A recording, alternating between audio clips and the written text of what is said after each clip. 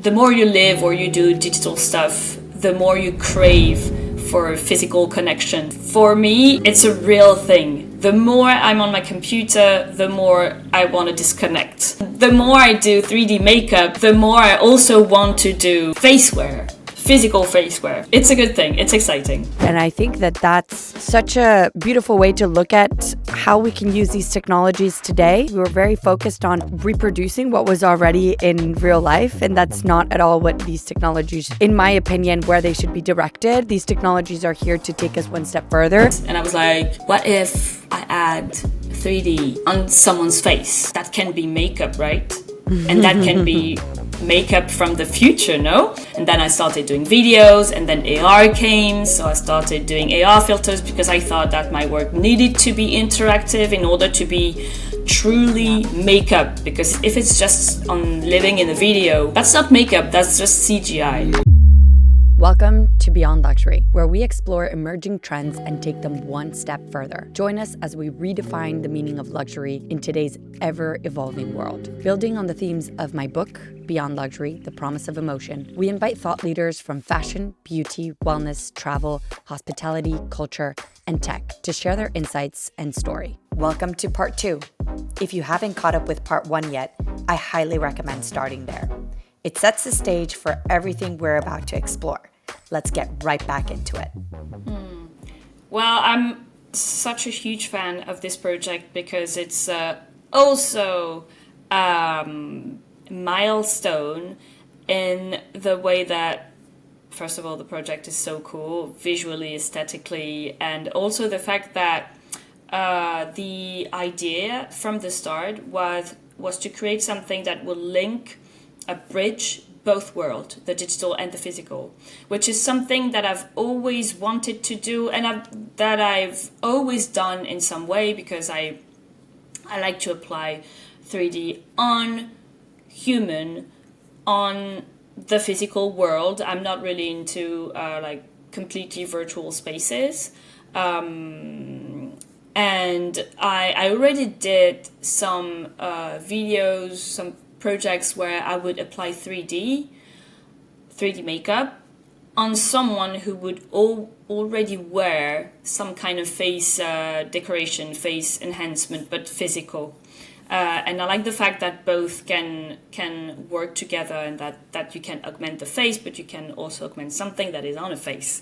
Yeah, it's really about augmenting everything. And so they asked me, we want to do that, to work with you to bridge both worlds. There can be an artist working on the physical piece, and you can work on the augmented reality part. And I was like, can I work on both? Because I think I would. I mean, I don't know, but I think I would. It would help me envision how the physical piece would look with the AR piece, and I've always wanted to make some face jewelry or some makeup stickers. That was one of my ideas as well, that could be augmented with AR, and that could be recognized with technology. And so yeah, we made it, and it was such an incredible team. They really wanted to push the project and the ideas as much further as we could. And there were incredible developers as well, because I do 3D, I do AR, but I'm quite constrained with my technical knowledge as well. And they had an incredible team to do an AR app from scratch, with like a super nice interface design, and also some even the interactivity and the possibilities of what you can do and how you can personalize and customize your 3D makeup is something that is very difficult to build on Spark AR and Instagram, of course, and even on Lens Studio, on Snapchat, it would be a little bit of a struggle to be that customizable. So the possibilities are way more. I think we can do way more than what's happening in the AR space right now, but it requires time and budget and people to work on this project. So I was also super happy, and I felt very lucky to be able to work on this kind of project where there is a team of experts to help you build something that you've dreamed of forever. Incredible. And what about the community aspect on that? How do you envision community coming in with physical and digital experiences with 3D makeup? Well, that's what's interesting with AR, because for now you can't see augmented reality in the streets with your own eyes. So the only way to show your digital expression, your digital persona, is to go in the digital space. So either on social media platforms or in some metaverse, even though metaverse is completely virtual and it's not using AR, but it's the same. I wanted to illustrate the same point. So obviously that's where the discussion happens the most with this, and I'm curious to see, and I know some artists who work with this. Like there is makeup tutorial, but there isn't digital makeup tutorial or digital makeup influencer.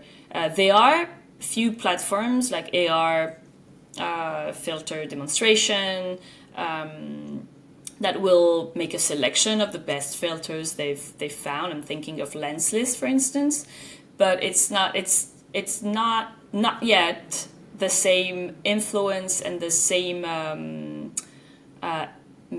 maybe interest as physical makeup, which is crazy, overwhelmed by thousands of influencers. So I wonder how if it will evolve in this way. Like there are influencers who will explain to you how to build your digital avatar, for instance. It's super niche, but they already exist. So I don't know. Mm-hmm. Amazing. Do you think that digital and 3D makeup in general will become something that you will see in the Met Gala, in all of these like big Oscars, Festival de Cannes, where you see all of these big beauty brands showcasing their potential in all of these spaces, having beautiful celebrities and influential people be done their makeup with, having their makeup done with these brands? Do you see that this is the next step of the evolution for 3D makeup? I guess depends on how technology will evolve, but the big players are all working on augmented reality glasses, for instance. So as soon as those work well enough, because for now it's like a little square of augmentation in the glasses, so it's fun, but it's not truly immersive. But as soon as we have this immersive aspect with contact lenses, or I don't know, it will be like the Hunger Games show, at the beginning of the movie where she's wearing a fire dress, as you said. Exactly. So that's for sure going to happen as soon as we can do it. Stop everything you're doing. If you love our podcast and are passionate about the future of luxury, don't forget to hit follow. The more followers we have, the bigger guests we can bring on. Without you, we couldn't do what we do. So thank you. Yeah, that's I have a whole section in my book Beyond Luxury: The Promise of Emotion on lookup technology, which is exactly that, right? Like having contact lenses that can help us have everything augmented, where that would be that it wouldn't only be on social community. I could see your 3D makeup on you all the time. So that is an exciting time, I think, to look forward to. And to experience as well, to see how you can, especially that you'll see your work on people as you walk through the street instead of on on I would love social that. media platforms, which I'm Yeah. sure would be incredible. Yeah. Um, Kind of going into the way that you show self-expression and self-transformation through your 3D makeup. How have you seen that you've helped people explore other identities and feel a sense of belonging? This is two topics: self expression, identity, and sense of belonging is always something that luxury brands are putting forth. Um, and I'm interested to see how you have experienced your 3D makeup. Have people feel this as well? Well, I haven't I have conducted only one interview because I mean for my followers to know how my work made them feel, and because I've been asked this question for like many times, like how do you think people feel wearing your work, and I'm like, well, I don't know. That's a good question. I hope they feel good. I hope they feel beautiful. I hope they have fun. And actually, that's the answers I got. Like, it's really funny. I can forget myself for a second and just feel. I mean, myself forget my physical appearance for a second and just feel pretty wearing all Mm-hmm. those glitters and tentacles, and obviously like they feel like mermaids and creatures, and it's just I guess it just feels great to be able to be whoever you want, however you want, and to have this freedom of expressing yourself and showing yourself as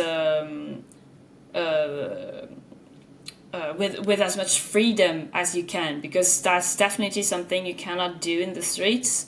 Maybe in some cities it's tolerated, but even in Paris, if you show yourself like a club kid creature, you may have people that could be very rude to you. Some people will compliment you for sure, but most people will give you bad looks. So having this freedom of showing yourself however you want, and having also access to face transformation for free in a second. I mean, for free. You just need a smartphone for it to work. But everyone has a smartphone now. It's so accessible, because sometimes you see a makeup influencer and they put a very intricate, beautiful makeup on. It takes hours. They have all the tools, all the best products, and you're like, I don't know how to do that. I don't have the talent. I don't have the tool. I don't have the ideas. So maybe seeing this kind of transformation on yourself can sparkle something. Either just a second of like, oh, I look good, I think, or like, oh, Mm-hmm. maybe I should try crazier makeup on myself. Maybe I should wear more glitters. I don't know. I'm sure it can unlock some stuff, just seeing yourself differently. Absolutely. Amazing. And what's next for you now, Ines? You have done so much until now. You've really broke into a new space and are leading this space of 3D makeup for some of the leading brands. What are your next goals, collaborations, projects in the horizon that you're excited about? And where do you see your art and your creativity kind of flowing further?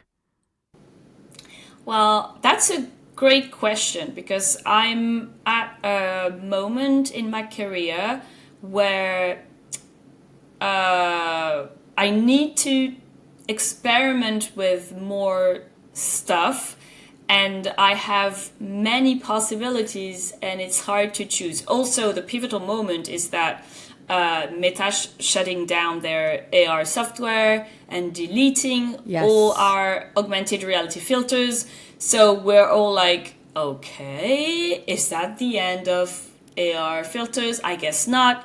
But it means that things are changing, things are evolving. Meta is preparing something maybe even bigger than augmented reality filters. So I'm very curious of what's happening, what will happen next, because that's also how my work will evolve, because it will definitely evolve with technology. And even though the taste of of making physical stuff with Studio Halia really made me want to do more physical stuff. I've attended a talk a couple of weeks ago of a creative studio called Modem. Maybe you know them. They're great. The guy is a genius.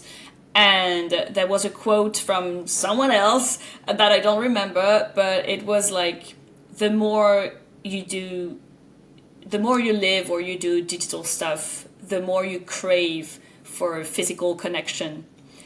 And for me, it's a real thing. The more I'm on my computer, the more I want to disconnect. The more I'm on my phone, the more I want to just sit by a lake and look at the sky and the birds.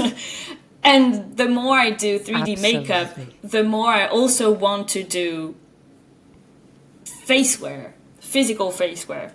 So maybe that's gonna be a next thing. I don't know. I'm also into like more art gallery, like proper art pieces.